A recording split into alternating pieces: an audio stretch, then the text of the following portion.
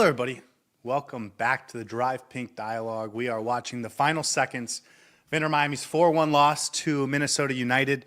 And now it's over. Inter Miami falls to a Minnesota United team that's really good. We're playing on the road. But I think as far as Inter Miami is concerned, this is about Inter Miami. And that's where I think we need to talk and focus on today. But before we do, I just want to go on a quick monologue. So sorry if you'll indulge me for a few minutes. When Messi came to Inter Miami, there was the hope, expectation, goal, maybe the best word is the dream, that this Inter Miami team could be something special, beyond the MLS, beyond what great teams have done and can do, but something more than that, something beyond anything any MLS team has ever done before. And of course, there was some excuses when he first got here because he brought 5 players with him. But over the course of the last 2 years, they've cycled through the entire roster, brought through a number of really talented players.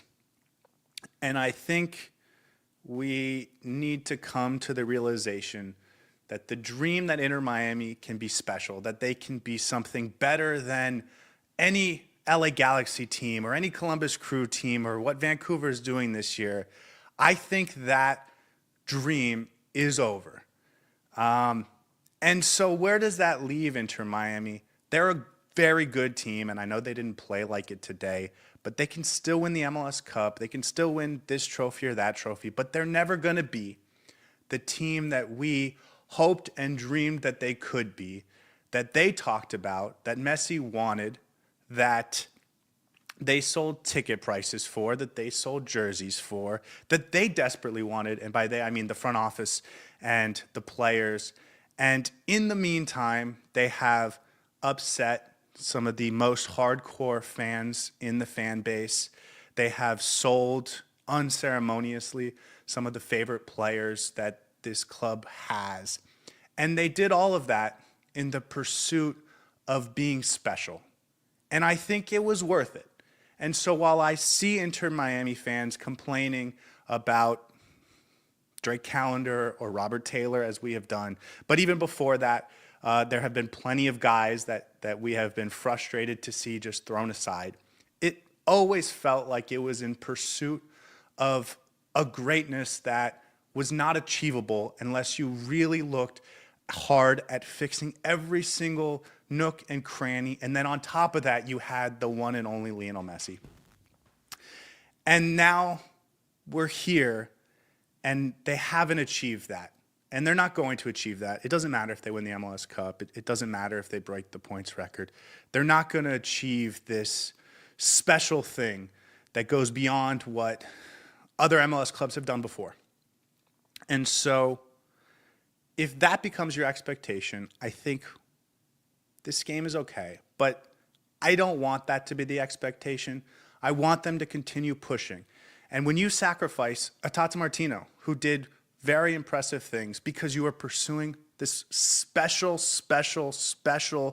achievement within the sport, to be in a place that no North American club could compete with, certainly no MLS club could compete with, you have to be willing to sacrifice certain things. And I think as fans, we understood that and we backed it. And now we've gotten to a point where some of the changes that they've made in pursuit of that goal, that dream, are what's holding you back from coming close to it. And so now if you are Inter Miami, you have to look yourself in the mirror and you have to say, are we satisfied with being a good MLS team? There's no doubt they're a good MLS team. They wouldn't be, they still have more points than Vancouver as of this moment. I'm sorry, Minnesota as of this moment. But to be something special, it's going to require more. And so you have to ask yourself, are you willing to rectify the mistakes you made in pursuit of something special in order to once again try and be special? That is the question for Inter Miami right now. That is the question for the front office. It is the question for Lionel Messi and his entourage. It is the responsibility of ownership to make that decision. As we get into this game, Inter Miami has now lost two of the last three, I think in embarrassing fashion, to two very good teams. This game was particularly disappointing, but we will get into that. But I just want to say that you have to be willing to look yourself in the mirror and say, what we're doing is not going to achieve that special, special thing. And if that's not what we're going for, fine. But if it is, we have to double down on our efforts, and that's going to involve change. The biggest thing that upset me today was not that they didn't start a striker, was not that they tried something different offensively or in the midfield, because good teams have to shake things up at some point. They have to try new things to spark themselves or whatever. But the thing that upsets me most is that Gonzalo Lujan started at right center back. He was once again really poor in this game. I hold him responsible for both of the first two goals. I also hold him responsible for the first goal that they got called offsides on. He has been a liability all season. This team went out and they paid TAM money for him. He is one of the highest paid players, at least by salary charge, on this roster. And he is not good enough. He's not better than Toto Aviles. He's not better than Ian Frey. He is not better than Maxi Falcone. He is not better than David Martinez. I don't think he's better than Ryan Saylor. And so when I look at if this coaching staff and if this team is ready to start making changes in a way that's going to help them elevate, I start with, are you going to look at your own decisions and say, I got this wrong and I need to make changes? And until I see them do that, I think we have to, as fans, accept that this is a good but not great and not special MLS team. And if that's your expectation, then I don't think you should be upset today. If your expectation is that we should be special, then you should absolutely be upset with a million different things that we saw today. Saur, thank you for letting me rant for a second. Go ahead. I think I'm at a point now with this Inter Miami team that you were about 2 weeks ago. I don't know where we go from here. It is, you said this team may not be special, and yes, we may need to adjust our expectations, what we think this team is capable of. Can we even be that exceptional team in the MLS? Is it even possible to construct a team in the MLS that is head and shoulders above every other team? We need to reevaluate some of those choices. But I actually disagree with you on one thing. Even if we are not that special, today's performance was embarrassing. You can't be okay with it, regardless of what your expectations from Inter Miami are. You can't go on the road and lose 4-1 to a team that is good, but we should be beating them. And I didn't think we were going to win today. I didn't think we were going to win today. Regardless of whether you win or not, it's the way you win or lose a game. And the performance in that second half for the first 10 minutes, I really liked the reaction. But then after that, it was dejected bodies on the pitch. Nobody took charge. There was no leadership. It was embarrassing. And it all starts not from the players, but it all starts from the coaching staff. It all starts from the changes that you make on the pitch. Yes, some can argue that we came back with a reaction in the second half, but you ended up losing this game 4-1. And we can talk about the game itself, but in the grand scheme of things, this is where this team is at. This is what our reality is. Yes. And that's what we need to realize. This team is not going to go out and blow out every other team and winning 1, 2, 3, 10 games in a row. This team is not capable of doing that. We were able to do that when Javier Mascherano's tactics, style, personnel were not on the pitch for the first 8 games of the season. As soon as his own personality and play style have been embedded into the squad, we've been nothing short of woeful. We've been lucky to get results that we have. Against LAFC, we somehow managed to show some personality. But after that game, it's just been completely downhill in terms of the performances. Yes, results here and there, 1 or 2, fine. But losing 4-1, and not even losing 4-1, the way you lose 4-1, nobody taking charge, nobody taking responsibility. It was just really poor to watch. And it begs the question, are we even capable of constructing that exceptional squad that we want to? And I agree with you. I don't mind him, the coach, trying new things, putting out a formation that has a false nine. I don't mind that. I was excited to see that. I thought for large parts it was working really well. But there are certain personnel decisions, which are the most basic decisions that you have to make as a coach, And they're the that ones if you that get wrong, aren't new today. Like all of the no, things he tried today, I'm okay with. And some of them yeah. worked, some of them didn't, but I'm okay with that. It's the things that he's gotten wrong consistently. And he is unwilling to look himself in the mirror and say, "This is bad. I have to fix this." That is just crushing me. And it's both Chelo Wigan, Gonzalo Lujan. Those were the areas that the all Minnesota goals came from. Yes, there were a couple of set pieces as well, but guess who wasn't marking their man in the set piece? Gonzalo Lujan. Guess who conceded an own goal in a set piece? Chelo Wigan. These are personnel decisions that you have to be brave enough to make because you can see it, everyone can see it, all the fans can see it. These players are not capable of performing in that exceptional level that we deserve this team to be performing. Offensively, that's making us struggle even more so because we've somehow now devolved into this really defensive minded team that likes to pass around the final third um, more than actually penetrating and trying to score goals. Is he worried about being beaten on the transition? And set the tactics up accordingly. We have the players to be able to play on transition. And we still got beat on transition. So I don't know what he's trying to do. There's no personality, there's no identity in this squad. And it just seems like we're playing based on vibes. I don't want to go on a monologue, so I'm going to stop there. But this was nothing short of embarrassing. And I don't even want to do the post game show for this because I don't want to rewatch that. I really don't. You know what it is they went up against a low block team and they did what they should do. They Yeah. should dominate the midfield. They did with the three-man midfield in the front. They won a lot of second balls. They were Mm-hmm. winning high possessions. They should have had their fullbacks go high up the field. They did in the first half with Jordi Alba. He put a lot of dangerous balls in. In the Yep. second half, you saw it also you saw it on both sides with Chelo Wigan. I thought that was good. Ultimately, you didn't have a striker today, and I think that's that happens. Sometimes your guy gets hurt. Sometimes your guy has to go handle a family issue. And so I can forgive that. But the fact that you were going to play a low block team, know you were going to have a ton of possession in the opposite team in the opposite opponent in the opponent's half, and you decided that you were going to play the slowest, least physical center back who was going to have to defend in transition over and over and over again, is my point.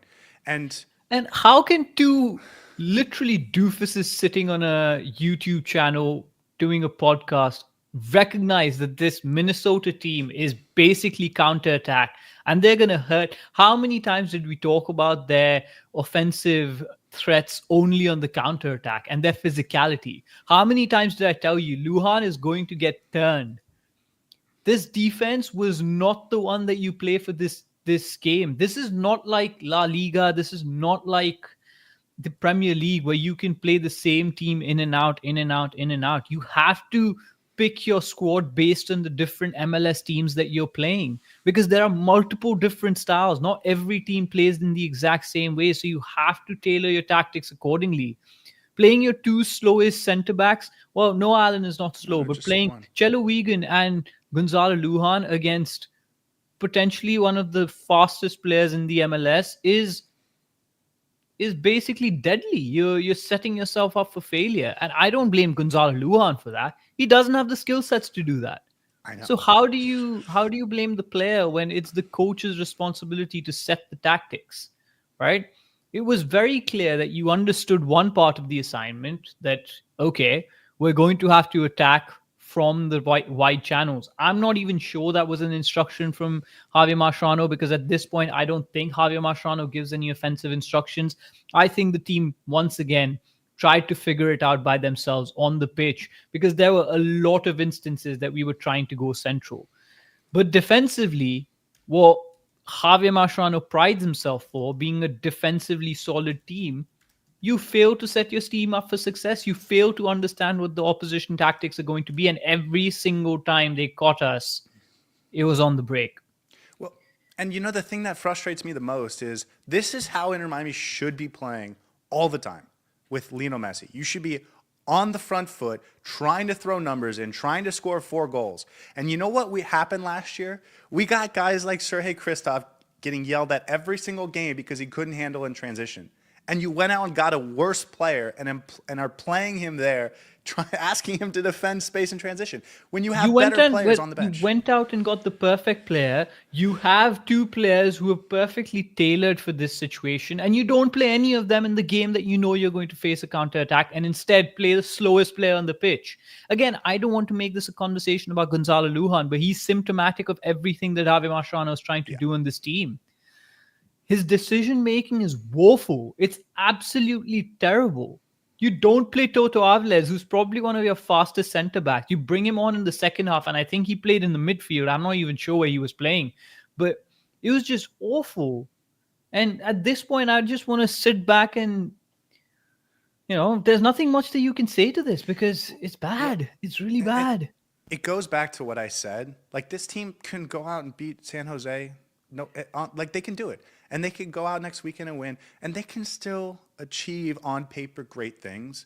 But when you look at who is on this roster, the unbelievably talented players that are playing below their par across the board, the fact that you are playing the wrong personnel in order to win games, it is 100% on the coaching staff. The fact that you are going into interviews and saying, I have a player who can't play 90 minutes, only for them to come out 24 hours later and say, I don't know what he's talking about. I play 90 minutes all the time.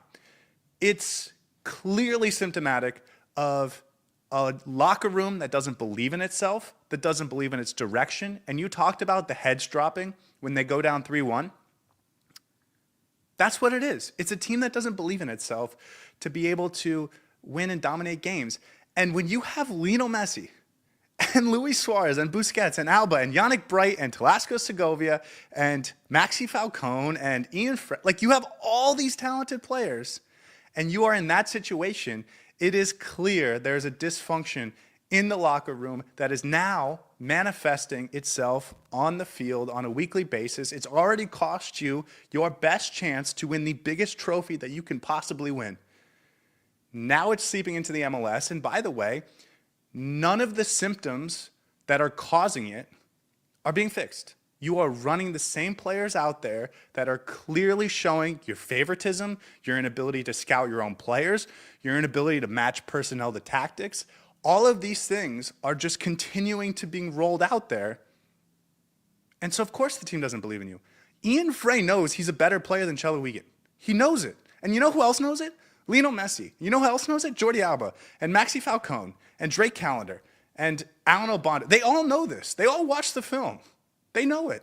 And so when Chelo continues to get put out there, by the way, again, I don't want to, I do feel bad for continuing to say this about Gonzalo Lujan, but it's the same thing with Gonzalo Lujan.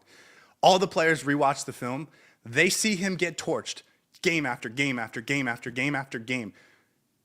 It happens 5 times every single 90 minutes he plays. He gets torched 5 times for in moments that if it happens to you once a month, okay, fine. It happens to Noah Allen once a month. It happens to Maxi Falcone once a month. It happens to Toto Aviles once, maybe twice a month. And it happens to Gonzalo Lujan 4, 5, 6 times every single time he takes the field. And the players know that. The players see that. They watch the film.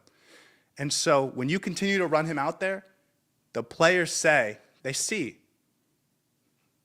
okay, we're not doing our best job to win. We're trying to, please our front office. We're trying to please Messi. Whatever they think, they clearly know this team is not doing everything they can to win. And if you're a professional athlete that is ultra competitive, because you have to be to get to that level, it just has to be so debilitating. I think there's 3 bullets in which you can categorize Javi Mascherano's fallacies. First is his personnel decisions and picking the team, which you've completely highlighted, and the reaction that it gets from the rest of the roster, and how it's affecting the locker room, because you can see the way players are reacting. Yannick Bright's interview the other day was very telling, where he basically said it's hard to get into the game rhythm when you play 91 game and then play 15 the next and then 90 again. It's hard to continue to build that stamina that Javi Marciano wants him to build. Ian Frey is definitely not happy seeing Chelo in front of him. Do you think Toto Alvarez, forget Toto Alvarez, do you think David Martinez, seeing all these Gonzalo Lujan performances, is sitting there thinking, oh, it's fine, I'm happy to sit on the bench? What about Ryan He's Saylor? wondering, why am I not getting minutes? And it's insane. Not even minutes as a first starter, but in these games where you can play your second tier centre backs, not even then. He's gone in July. I'm 100% certain. The second aspect of Javi Marciano's inability to coach the team is his defensive tactics. They work for a little bit, but now you can see the holes, and it has to do with the personnel decisions, but even the set piece decision making, the inability to remain concentrated. There's one side of the pitch that's so solid defensively, and then there's the other side of the pitch that's basically conducting defensive lapses time and time again. We've gone back as a team defensively throughout this season. We started off as a really solid defensive unit, and now every single game we're making mistakes that are costing us these goals and these chances, and we're putting unnecessary pressure on ourselves. Well, look at the personnel. Yeah, Chelo Wiegand didn't play for the first 6 weeks.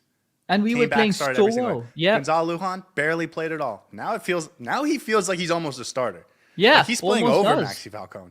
And it's insane. And it's not even that. It's the coaching that's been drilled into this team on set pieces. We conceded 2 set pieces goals or 3 set pieces goals from Minnesota. What is that? You have to fix that. Somebody needs to stand up and be like, listen, guys, this is who you're marking. This is who I'm marking. Get your head in the bloody game. And then the final thing is there's no offensive patterns of play. It's so predictable. Like we had an idea this game. Yes, we're going to stretch the pitch out. It was really good for some parts. But then Minnesota figured us out fairly quickly. And after that, we were like, what do? We kept doing the same thing again and again and again. We lauded the front office for bringing in players in the offseason that are versatile, that can do different things. And yet this team continues to be one-dimensional every single game. After that LAFC game, something changed, and it feels like every opposition has figured out how to play against us. And I don't know where we go from here, man. We're probably going to finish 4th or 5th in the regular season. We're going to end up playing someone like Cincinnati and Columbus in the first leg of the playoffs, and we're going to get knocked out. Second round. And we're going to get knocked out, and that's it. But I guess this was, again, my point at the beginning is that this is a very good Eastern Conference. You have to be a very good team to finish 4th in the Eastern Conference. But it's like, what are you talking about? This is Lionel Messi's team. How are you finishing 4th in the Eastern Conference? That's Jorge not good Mas, enough. in one of his interviews, said the kind of acquisitions that we're making with Beckham coming in, Inter Miami became the Real Madrid of the MLS. Real Madrid goes out and puts on a performance every single time, week in and week out. And as you've said, their fans, their players, their coaching staff go into the game believing that they're going to win every single game. Yes, sometimes results don't come off, but that's not because of a regular occurrence. Sometimes results don't go your way because the other team is better prepared, but that's like once in a blue moon occurrence, right? Right now, Inter Miami is at a stage where we're a good MLS team. We're not even a great MLS team, and we're not even an exceptional MLS team. We're an Atletico Madrid who will go out, get maybe not even that, maybe a tier lower than that, where we'll go out, get a result in some games, and then other games we're probably going to have to grind out a result because the other teams have enough in the tank to beat us. So we're a very average team right now, and that's what our reality is. I don't know. We can. The thing is, good MLS teams go on the road to the opposite conference and they get beat up. That happens all the time in MLS. Yeah. But this that's team not is what we're supposed to be. Better. Yeah. And Okay, that's not what the chat. ticket prices reflect, right? That's not what the front office says. And it's not the ambition of the team. Let's be honest. If they come out and start speaking as if the expectations are get a home in the first round of the playoffs and have a chance to win the MLS Cup. That means they are protecting their guys over trying to compete, because that was not their intention when they brought all of this Yep. together. Okay. Let's get to the chat, because I'm sure a lot of our thoughts are going to continue to get expressed as we involve you guys. Mistiano says, this team has become such a hard watch. Oh, my homies hate Mashay ball. Sean says, all of this falls back on Messi. People don't want to hear it, but it's the truth. I don't think this is on Messi. I don't think he wants to play this way at all. Like, I think we've given too much to Messi being in charge of everything, to the point where they are not allowing people to be responsible for their own jobs. Messi is not going into the film room with Javier Mascherano, looking at Minnesota United, saying, this is how we have to beat them down. He doesn't want to spend all his time being coach. He doesn't want to be a coach. He wants someone that can coach, be the coach for him, and allow him to express himself in the best ways that he's capable of, and to favor him and to make sure that guys are funneling it to him. Like, he wants to be the star, of course. But he also wants the coach to take care of all the other 95% of coaching responsibilities, because he doesn't want to do that. And so he's like trusting the coach to do it for him.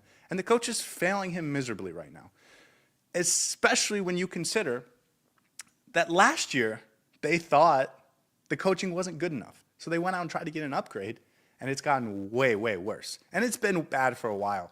Like, I know you went on vacation, so you missed the downslide, but it's been a long time since this Inter Miami team has really looked good, with one or two exceptions. So it's really tough. Nick Smith says, Cello, Lujan, and Redondo will start Wednesday. Nothing's going to change. I thought they had to make serious changes last week against Dallas to prove that they were serious about becoming something special. And they didn't. And it worked for them last week, and it didn't work this week, and this was entirely predictable. I don't think they're going to make any changes Wednesday night. Obviously, they might rest a guy. Redondo's going to start and play 90 minutes, but Maxi Falcone might come in for Lujan. Ian Frey might get a start, so Cello can start next weekend. But the bigger picture is not going to change, I don't think. Javier Mascherano is going to stick to his guys because his back is against the wall. And he's going to continue to rely on the guys that he thinks can get the job done. Unfortunately, I think this is the end of it. I think he's going to get sacked in the next 4 games. If not before that. No. I think he's going to. I'm there. I'm there. Like, I wasn't there 2 games ago, but I'm there now, because I don't think he's going to improve. I don't think he is going to do anything that's going to change the results, and it's going to get difficult. San Jose is not an easy team to play against. Especially on the road. Yeah, especially on the road. Who are we playing after that? I don't even know the set of Orlando. We're going to get battered against Orlando, man. I have such a bad feeling. If we lose to Orlando, I think that's it. It's up in arms, because this was always the timeline I said. As soon as they lost to Vancouver, I said 4 games, and they got a great result in the first one. Like, as much as I didn't necessarily love the performance against the New York Red Bulls, like 4-1 is going to be job done. Yeah. But they have to go on the road to San Jose on Wednesday. Messi probably won't even make the trip, because it is West Coast, and he's going to have, like that would be understandable if he doesn't make the trip. And then they play Orlando City rivalry game. Then they have the week off. Like, that's the time to get in a new coach so that he's ready and has a chance to work with this team before the Club World Cup, if you don't want to get embarrassed in the Club World Cup. So I think that's real. And the front office should be looking at it, and they should have been spending the last 10 days sort of thinking about who might be a potential replacement. Taran says that's so screwed. Taran says that second goal was a disgrace, direct from the throw. You know whose job that was to clear? Gonzalo Lujan. I understand that the final goal comes from the back post, but he the missed original the first header, ball. Yeah, he missed the first ball coming in. He doesn't miss it. He just is not physical in the box as a center back. He's just not. Okay, it's not about Lujan. But I agree with you. I thought that was just pitiful. Shambles. I do feel a little bad for Cello Wiegand. That's like the type of unlucky moment on his own goal that happens to you once every 5 years, and it just happened. And he at a played terrible moment decent. He was actually not bad. He tried. I think he was looking good, but CV says Mascherano needs to get sacked, and the dream can happen. I still think it's out there, and maybe I am the naive one. Maybe this team doesn't have the talent, but I still think this roster is talented enough for them to be exceptional in this league. All the things I talked about at the start of this, being special, I think that's out there for them. I don't think it's out there with this coach. I don't. I'll be honest, man. I think you and I can coach this team to get to the playoff finals. The talent is all there. That's what I mean. I don't mean to say we're better than Mascherano. You just have to use the pieces correctly. SFXS says Tata Martino was not good. Also, there's some But conversation. yeah, about this is Tata not Martino. about Tata, though, I think. It's not about Tata, but also, like, I think Tata was a good coach and they were pursuing greatness. And I think that's what it was. And that's what all of this is about. It's like they're pursuing something special. They had good, they wanted special. And maybe they thought, I guess it's reasonable that Javier Mascherano could have been Pep Guardiola. Like, that could have happened. But now that you realize it's not, you have to decide, are we going to go down with our own mistake, or are we going to fix it and continue to pursue special? That's the decision facing this team. And it doesn't change if they win 1-0 against San Jose. It doesn't change if they win 4-1, but you're doing similar things, but Messi just carries you to a great performance. Like, the functionality of this team, the locker room doesn't feel good. The performances on a consistent basis aren't good. You're not maximizing your best players. You're not putting your best players in a position to thrive. It's gross. And I read somewhere on Twitter, I don't know if it was Franco Panizzo who said it, but the fact that you have players like Messi, Alba, Suarez, Busquets, all struggling, that's not a sign of a team that's in bad form. That is a sign of bad coaching that has brought down the form of this entire team. It's not a coincidence that nobody is able to perform, score goals, get assists anymore. It's as simple as that. CV goes, Cello's so good that he even scored a goal today. Facts, man. Facts. Jay says, what a mess this club has become. Mediocre players, no matter where they come from, including Argentina. This bias, I've fought against it for so long, but I don't understand. Like, it is this Gonzalo Lujan thing specifically. I don't even know if it's biased no or explanation. what, man. There's no Because Toto explanation Aviles is Argentinian as well, so I don't know what the situation is there. I think it's more about Javier Mascherano preferring certain type of players over others. It's as simple as that. It's as clear as that. I go back to, I just don't think he understands how to evaluate talent.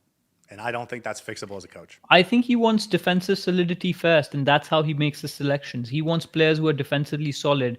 Ironically, Gonzalo Lujan is not defensively solid. So he's not tall. He's not physical. He's not athletic. He's not rangy. He doesn't put himself in good positions. He makes mistakes all the time. I don't know. I don't understand. I don't get it. Natalia says, why didn't he start Maxi Falcone? I just don't get it. I think you can understand that in an isolated incident. And I think that's the whole thing with all these decisions is like, I can understand Cello starting even Ian Frey occasionally. I can even understand starting Lujan occasionally. But this force feeding them minutes is absurd. I think Maxi Falcone will start on Wednesday. I think he'll start next weekend. And I think that's why he didn't play today. And speaking of which, Alan Obando, my theory is that he actually wasn't available today. I told you. Fafa Biko was supposed to be available for this game. He gets a migraine. He's unavailable. And so Alan Obando, even though he wasn't actually available, gets the spot on the bench. I think that's what happened. So I understand why he wouldn't have played. I agree. I think he was just there to fill the numbers in case he was needed. CV says Messi was underperforming and still better than everyone else. He didn't have a good game today. I thought he was really poor in the first half. Yeah. But I also think that when you're I still blame that on Mascherano because if you've got Lionel Messi playing poorly, that's fireable. Like Phil Neville would have him playing like a superstar. So Ed says the change number 1 needs to be Frey playing. Let's talk about moving forward. If Javier Mascherano hits his head and all of a sudden he becomes much smarter. He gets abducted by aliens, and then he gets, that's a better side. You know what? I think Baltazar has been abducted by aliens. That's the problem. That's why we're not seeing him. You nailed the. He's not going to be I don't think he's going to be a difference maker. I really don't. He wasn't a Nah, starter I don't either. he I wasn't a don't either. starter in the Argentine league. He was a Nobody can be a difference maker in this team because the tactics are all backwards. Javi Mascherano is doing exactly what we're not supposed to be doing. Paolo says they should have thrown the bag at Columbus to try and pry away Nancy. Nancy's not the right coach for this team. I mean, Nancy is a he's a very great coach. specific systems coach, Yeah, and he's a this system team coach. doesn't need that system. This team needs basic tactics to get past the Of course, look Javi who we Mascherano have, world. Yeah. who force feeds his own tactics. Okay, let's talk about the positives for today. We haven't talked much about this actual game. Were there any? Yes, I thought Jordi Alba played high and was whipping in dangerous balls. Now, and nobody was getting on the end of them, but I do think if I Tadeo Allende starts from the front, if you have Alan Obando, if you have a Luis Suarez, like that could have been some goals. And if you get a goal or two in the first half, the entire game changes. I think Jordi Alba playing high has to be a fundamental part of this team.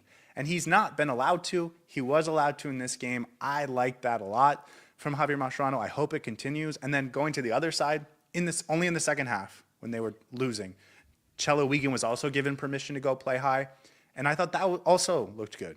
So you know what? the fullbacks, I thought, The reason we're not going to see that again is because he's going to justify this as saying, "See, I told you, we conceded 4 goals when you play high. Stay back."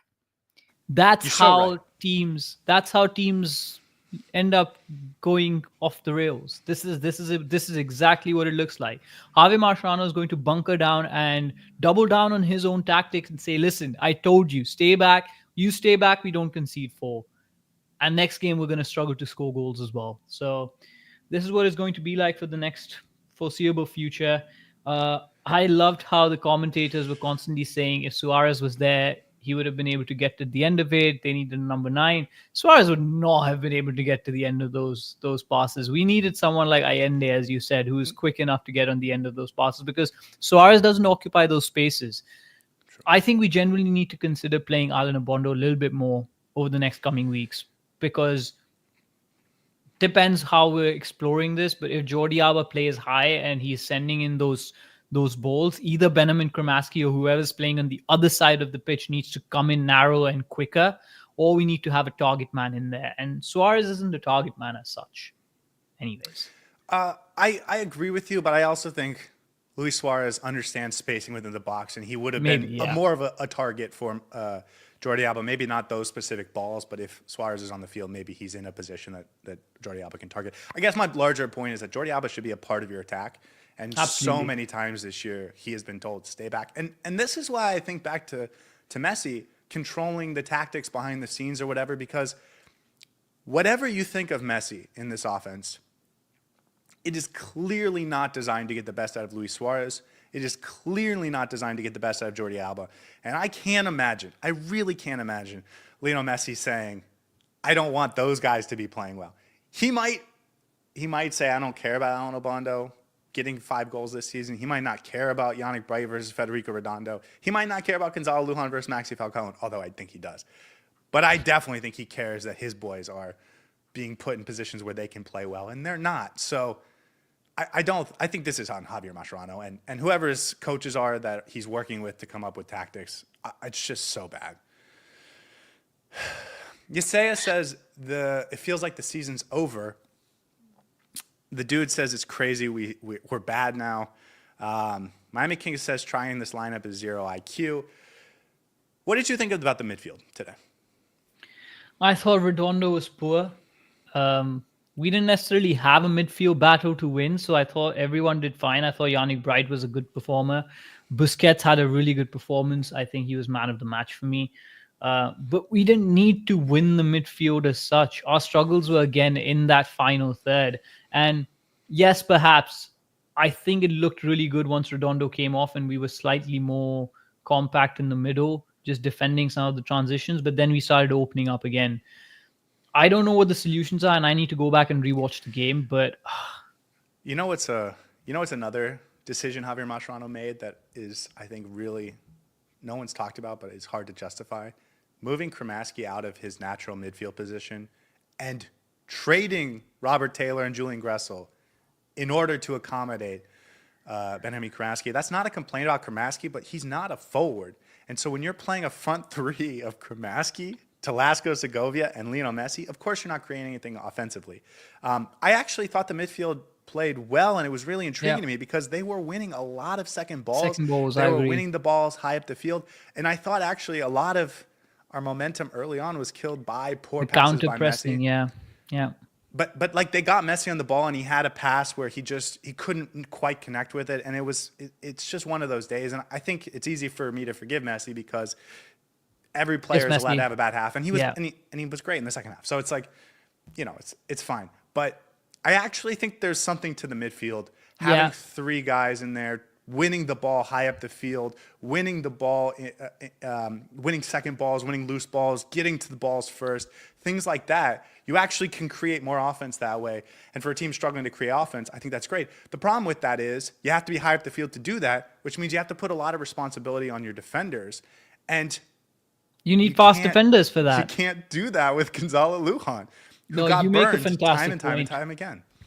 I really like the counter pressing in that first half because there was a point, and maybe that's the tweak I would make. But Redondo and Busquets were basically sitting as the two pivots, and then Yannick Bright was almost playing higher up than the two of them. And for the first 10 minutes, I think the intention was for Yannick Bright to go out and win that second ball as quickly as possible, and it was working really well. I think Segovia was getting involved in the counter pressing as well, that won us the ball a fair few times.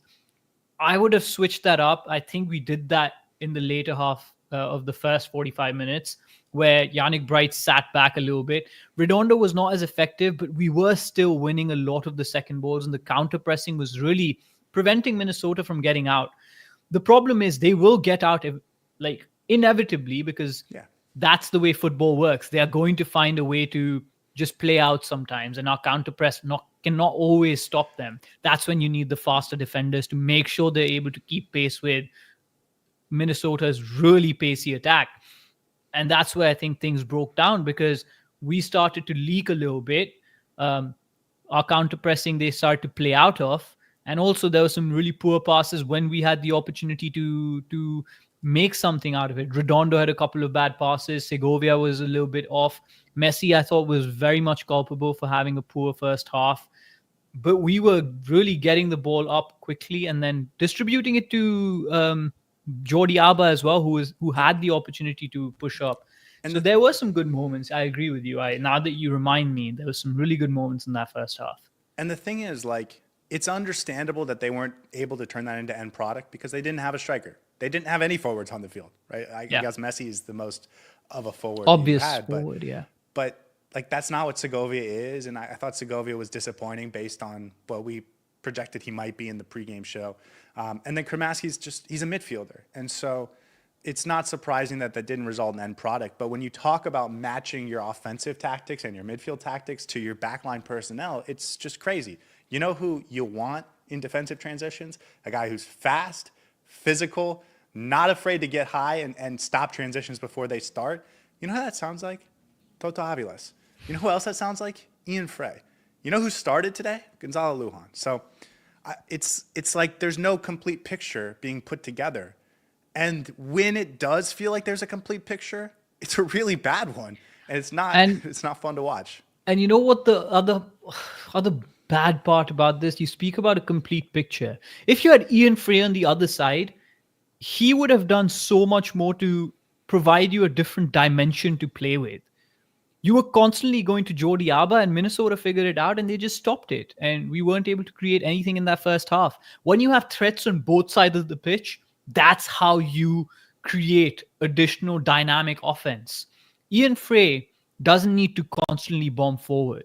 But the fact that he can do it so successfully, he can take players on, he can dribble past, he can pass into dangerous areas. That makes the Minnesota defenders think about it, and they're like, "Oh shit, this is a threat that we need to worry about." They were almost leaving Kremaski and Wigan by themselves in the first half. So I think we're getting too much into the post-game show analysis already. So let's Okay. turn back to the The ranting. chat Good. before we Happy call to it. do that. What are we doing here? Like, how are they going to Nothing. fix this? I guess Nothing. that's the question. Because if you are Javier Mascherano, the question is, how do you fix it? Fire him. Because it's not fun. Like today, it wasn't just today. it's been like this for a while. I thought this was totally predictable. I thought we might get a wonky MLS type game and that we might win because of it, but I didn't feel like this game favored Inter Miami, especially once you see the starting lineup. They're not putting out their best personnel. They're not putting dynamic offensive tactics out there. They're not putting solid defensive tactics out there. The midfield can be weird and wonky all the time. So like, how do you fix this if you're Mascherano? Get into his head and like, what changes can you make without saying everything I've done so far was dumb? I should do something different. And if, Instead of of course, if playing, he had that in his head, he would already be doing it. I think I would change a couple of things if I was the coach of Inter Miami right now, and this was what I was putting out. I would actually, again, you can go against me in this, but I would play a 4-3-3, move Messi back to the right, and put Segovia in the middle as the number 8 alongside Busquets, Yannick Bright as your number 6, Allende or Fafa Pico on the left, Suarez as your striker, Maxi Falcone and Noah Allen as your 2 centre backs, Ian Frey as your right winger, and then Jordi Alba as your left winger. Go back to the basics. Keep it very simple. You don't need to play a defensive line. You don't need to play a high line. Play a mid line. Allow Yannick Bright to do his thing as a number 6. Allow Segovia and Busquets to be the 8 creators and keep Messi on the wings. And when he needs to drift in, put Segovia out there. But just go back to the basic tactics and start from there. See what you can build from there. You know why? Because that 11 is your best 11. And you need to understand how to make those 11 players play together. Because if you just put those 11 players on the pitch, magic will happen. And you will eventually figure out what the best way to make all those pieces work together is. Because I think that's the most balanced and most talented 11 that Inter Miami has. And we haven't seen that 11 on the pitch once this season. Well, and the reason that is the best 11 is because you create dynamic threat down the left side with Jordi Alba. You create a dynamic threat down the right side with Ian Frey. You have strength and ball progression through the middle. You have obviously Suarez and Lionel Messi creating danger through the central part of the pitch. And so you can become a dynamic offense that can hit in multiple different ways. And then when it comes time to rotate, it is an established role that Chelo Wigan has to do in place of Ian Frey. He knows that I have to go be an offensive threat to produce offense down the right side. Like, he understands that's part of his assignment. You saw today in the first half, he was a center back for all intents and purposes. In the second half, when Javier Mascherano needed goals, he allowed him to go forward. So you need to establish threat down the right side as a core principle of your offensive strategy. It can't just be something you do when you're already losing 2 goals. That's the loser's mentality that I've been talking about for weeks now. I want to take a break for a second because there's a couple of chats in here and I want to clarify things. Curious Garris says, everybody blaming Messi. The team is known worldwide because of Messi. So I'll let you speak on this in a second, but I'm not blaming Messi. He is the best player, I still think, in the world. I think he gives us a chance to be that special thing that I started this talking about. But you have to put him in a position to succeed. He's incredible, but if you're putting him in position to fail or requiring him to be incredible game after game after game after game after game, and that's the only way you're going to be good, you're setting your entire team up to fail. And I think that's on Javier Mascherano. So I don't think we're blaming Messi for the problems of this team right now. Lionel Messi is one of the best players in the world, even today. He will give you magic every single time he's on that pitch. But this is an 11-player sport. You can't win games just by Messi alone. Sometimes, yes, he's special, absolutely. But as you said, you have to surround him with the right pieces and honestly with the right tactics at times. The reason the Argentina national team is so successful is because they build their team around Messi. So the pieces around him complement him. They're not just there to fill up the spaces. And that's how you need to treat this Inter Miami side as well. In the system, and going back to what I was saying, if you play that 4-3-3 with Messi on the right, I know he's really good in the 10, but he'll play in the 10 even if you put him on the right. But by playing Ian Frey on that right wing, you give a dynamic option on the right side who's going to go up when there's space vacated there. And that creates an opportunity for your team because Messi can now go to the right, but he can also go to the left. There's two different options. That's how you build this team out. You want to prevent defensive transitions, put fast center backs on the pitch, whether it's Toto Aviles, whether it's Maxi Falcone, whether it's Noah Allen. You have to build your team out based on success. You can't just pick players because you think that's the best player and your talent ID is awful, Are right? You we are can't we in keep. agreement there?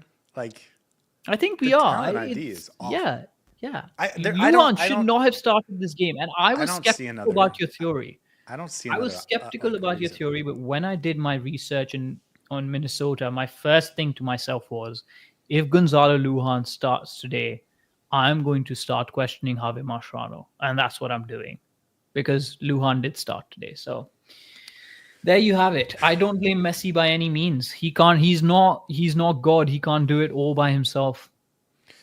Can I say something about Lujan? Because now we're 50 minutes in, and only the diehards are listening. By the way, guys, do us a favor, like the video to spread some positivity, because I do have a positive note that I want to get to before we end this. There have been players on Inter Miami in the past that I was like, I don't like this player. I don't think he's good enough, and I don't want him to continue being on the team. And I felt by the beginning of last season, once they moved on from Coco Jean, I thought was the last one. I thought I like every single player on this team. And I get that some of them are role players and some of them have certain specialties. Like, I think Christoph was a bad fit, but I didn't think he was a bad player. I'm there with Lujan. Like, I think they should try and move him on. He's on a TAM contract. And you know what the scariest part about it is? He's going to be on this Inter Miami team longer than every other player on this roster, save for maybe Santi Morales or someone like that, David Ruiz. He is under a long-term contract. They bought him permanently, and he cannot play in the MLS. And yet he's starting consistently. Inter Miami's conceded 12 goals in the last 4 games.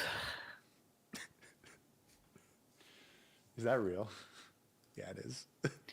4-3 Dallas, 3-1 Vancouver, 4-1, well, New York Red Bulls, and then 4-1 again. 14 if you go 5 games. And this is supposed to be a defensive coach. Okay, I have a positive note, and maybe we should end it there. Yannick Bright, my shining star of this team. You're our savior. You're our savior. Dude, he can be like a higher playing midfielder. He's got a little sauce to his Bro, game. he's gone. Enjoy him while you can. He's gone. That little back flick that he did to create an opportunity on that right wing side to Wigan, and I was like, he's even added that to his. He's gone, man. We need to just enjoy him while we can because he can play as an 8. He can play as a 6. He can play wherever he wants on the pitch. Honestly, he's just that good. I actually have a concern. I think this team needs more wingers. And I know Javier Mascherano considers Kremaski a winger, and I know he considers Segovia a winger. But those guys are midfielders, and once you take them off of, once you realize that they belong in the midfield, and I think the next coach will, and I think there's a real chance that we have a new coach soon. You're left with Fafa Picault today, Allende, Messi, I guess, if he pushes him out to the wing, and Leo Alfonso.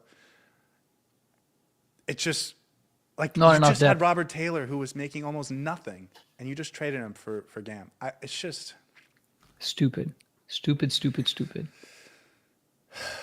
Okay, sorry, Yannick Bright and Sergio Busquets. I thought they were both really good today. It just reiterates that those are our best 2 midfielders. They should be starting together consistently. But the development I've seen from Yannick Bright, it's so fun to watch, and it's exactly what you want from a 22, 23-year-old midfielder developing to his game. And we saw the same from Noah Allen. He had an overlapping from the center back role, and Jordi Alba pops it out to him, and he puts in a nice cross that Kremaski kind of gets pushed and wasn't able to get to it. But like there's some young players on here that are doing just such positive things, and it's so fun to watch. Especially if you decide I'm going to tune out the game and just watch those specific players, because what's happening with the ball is not fun to watch. So we'll win the MLS Cup in the next 4 or 5 years, I think, right? When it's all the youngsters playing as veterans. Is there a way back? I mean, there's clearly... It's Not early for in the Inter Miami. season. Sorry, not for Oh, Inter Miami. I'm talking about it for Javier Mascherano no, no, because no, there's no, no. It's done. It's there's done. It's done. It's over. It's over. It's over. I can't help it, man. I was so positive that he wasn't gonna get sacked, and now I'm just like, yeah, it's because I don't think he's going to improve. My biggest I'm with you. marker for this was, is he going to make any changes in how he plays games over the next 3 or 4? New York Red Bulls, we didn't particularly play that well. Mm. Gonzalo Lujan started. This game, obviously, we didn't play that well. Gonzalo Lujan started again. Next game, probably we're going to lose as well. San Jose, I don't. longest trip we make. Messi is not going to play. I don't think so. We're done. We would have won one game in the last, what, how many games? 5 games ago since we actually won. Yeah, it's going to be awful. I think he's gone, man. I'm not even kidding. I think he's gone. Does this timeline feel right to you? He's going to coach Wednesday against San Jose, and then Sunday against Orlando City, and then they have a week off before they play Philadelphia, Montreal, and Columbus. But those 3 games, you get rid of him, and then you spend those 3 games finding a new coach, and then you have the new No, coach in for the Club World Cup. So I will those tell 2 you games when are. I will tell you when he gets sacked. I'm going to look at the schedule and I'm going to give you an exact date, and we're going to keep this in mind. So he plays San Jose, Orlando. I think we're going to probably draw one, lose one. We're playing Philadelphia. We're going to get knocked out of the park there. Montreal, we're going to lose. Columbus, we're going to lose. They're going to sack him after the Columbus game. But then you don't have enough time to get a new They, coach in they don't think about that. They don't think like rational actors like we do. They want to salvage this situation as much as we can. We have 5 really difficult games coming up. Montreal is not an easy game. Columbus is probably going to play us off the park.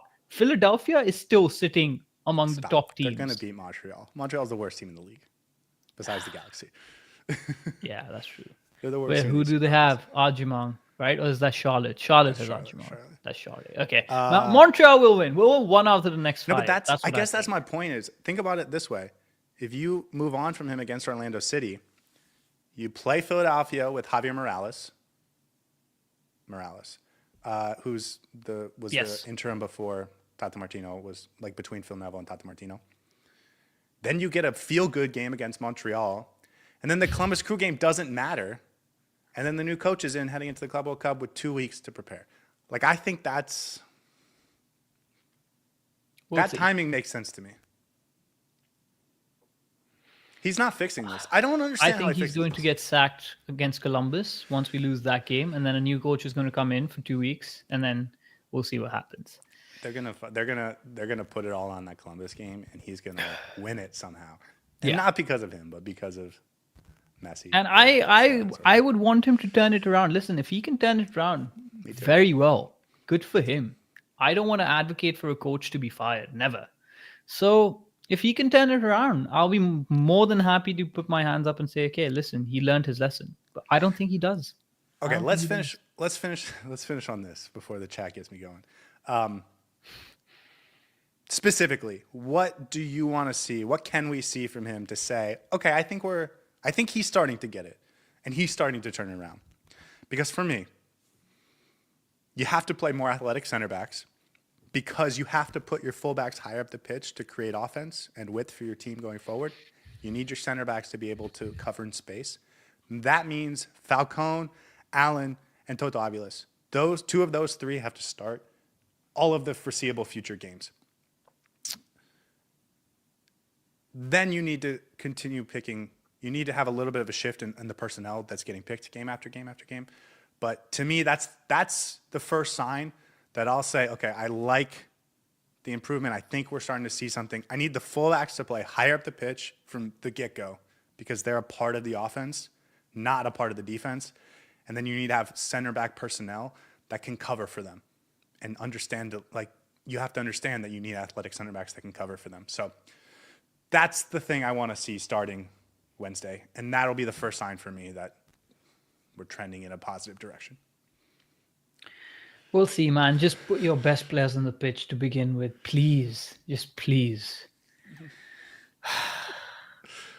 Gressel loving life after defeating his former club. Yeah, he was enjoying it. He also looked thinner and fitter, did he not? I think so. I don't know. I wasn't paying that close of attention by the time he came on. It was already 4-1. Ian Frey, player of the match? No. Leo Alfonso, player of the match? No. Toto Aviles, Maybe. player of the match. Yeah, of course. Okay, let's wrap it up there. It's already been an hour. Afa Pico, because he took the right decision and decided to say he had a migraine. He said, Cynical Tube. sorry. Cynical Tube in the can't chat offend you. said Yeah, in the pregame, he saw the tactics and was like, He's like, we don't do that here. Sorry, not today, coach. okay, we're going to wrap it up there, guys. We'll be back with a full game breakdown tomorrow, more conversation, but we'll be more heavy on this game because I do think there was a lot of interesting things that happened and intriguing things to talk about. So we'll do a little bit more wonky analysis tomorrow. But until then, guys, try and enjoy your evening. I don't know what else to say, so I'm just going to leave it there, guys. Have a good night. Hey everybody, thanks for tuning in. Do us a favor and hit that like and subscribe button. Since our first viewer, sharing this with you all has been the very best part. So from the beginning until the end, thank you for being a part of this and have a wonderful day.